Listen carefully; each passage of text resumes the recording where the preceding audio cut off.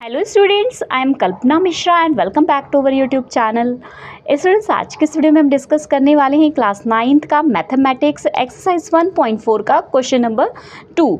तो बेटा question number 2 आपको क्या दिया हुआ है? सिंप्लीफाई। आपको ये क्या दिया हुआ है? आपको ये एक्सप्रेशंस दिए हुए हैं, इनको सिंप्लीफाई करना है। बहुत ईजी है, बिल्कुल भी टेंशन नहीं लेना, बहुत ईजी तरीके से हम इसको करेंगे और आपको ईजिली समझ आ जाएगा। ठीक है, तो चलिए, बुक में मैंने आपको क्वेश्चन दिखा दिया, अब हम नोटबुक में इसको सॉल्व करते हैं। तो यहाँ पर हम 1.4 का फर्स्ट क्वेश्चन करेंगे। तो बिल्कुल सिंपल समझते हुए जाना है कि 3 + √3। बेटा इसको ना ब्रैकेट सॉल्व करना है। यहाँ पर हमें एक जैसी टर्म नहीं दिखाई दे रही ना, तो हम इसका ब्रैकेट सॉल्व करेंगे। कैसे सॉल्व करना है? बिल्कुल सिंपल। इस 3 को आपने क्या करना है, पहले 2 के साथ इसको मल्टीप्लाई करना है और उसके बाद इसी 3 को आपने √2 के साथ मल्टीप्लाई करना है। ठीक है, समझ आ गई बात? तो मैंने यहाँ पर क्या लिखना है, 3।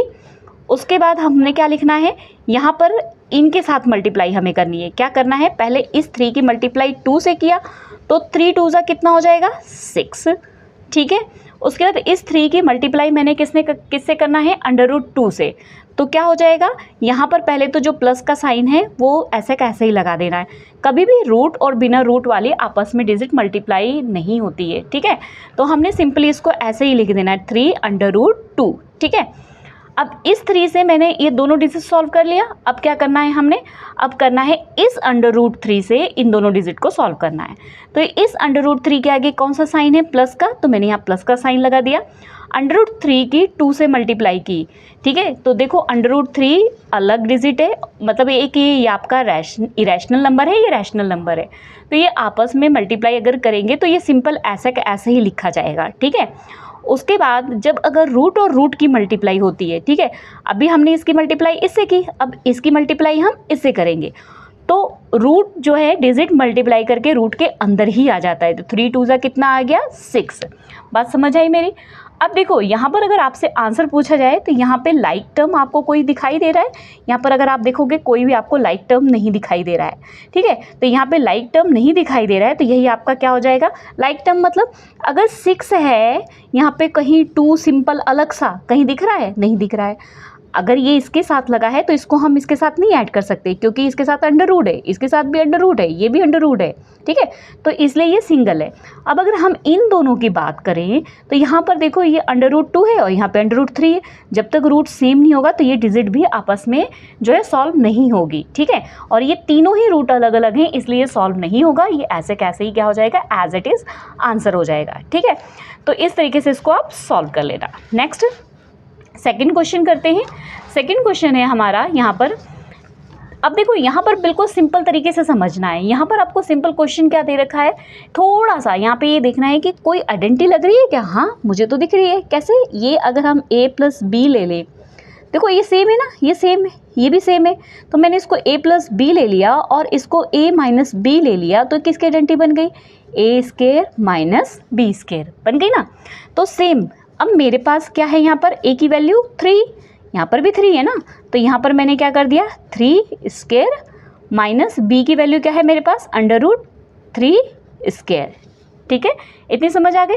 अब देखो बेटा 3 3 जा कितना हो गया, 9, माइनस मैंने अभी थोड़ी देर पिछली वीडियो में मैंने आपको बताया था कि √3 की मल्टीप्लाई करेंगे तो क्या होगा, 3, √2 की मल्टीप्लाई करेंगे तो क्या होगा, 2। मतलब कोई भी रूट की सेम डिजिट अगर मल्टीप्लाई करेंगे तो सिंगल डिजिट आ जाएगी। ठीक है, तो यहाँ पर कितना आ गया, 3। अब 9 में से आप 3 माइनस कर दो, कितना आ गया, 6। ये हमारा क्या हो गया, आंसर। ठीक है, चलिए नेक्स्ट क्वेश्चन देखते हैं। नेक्स्ट क्वेश्चन को भी अगर आप ध्यान से देखो तो यहाँ पर भी एक प्रॉपर्टी बन रही है। कौन सी, a + b² बन रही है ना। ठीक है, तो इसका फॉर्मूला क्या होता है, a² + 2ab + b²।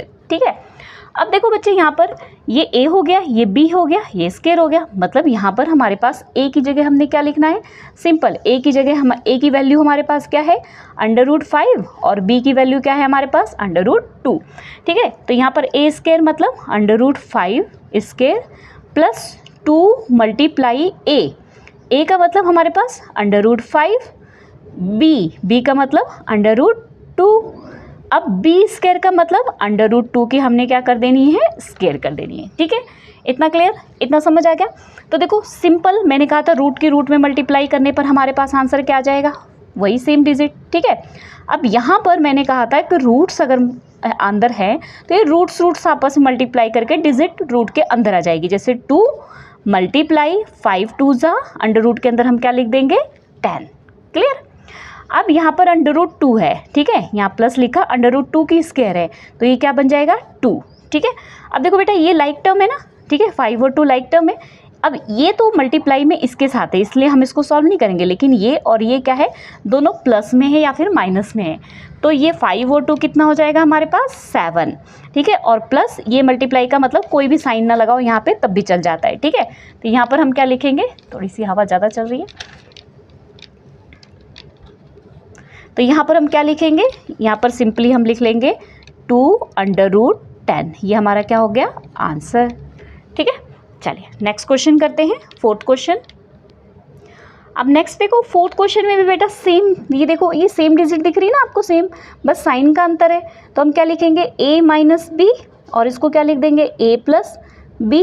कौन सा फॉर्मूला होता है, a² - b²।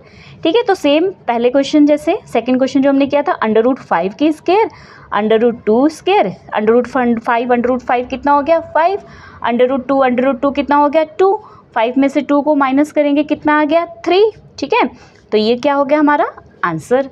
ठीक है, ओके स्टूडेंट्स, आई होप ये क्वेश्चंस आपको अच्छे से क्लियर हो गए हों। तो वीडियो को प्लीज़ लाइक और शेयर जरूर करना, और चैनल पे नए हैं तो प्लीज़ चैनल को सब्सक्राइब करना। मिलते हैं नेक्स्ट वीडियो में, बाय बाय।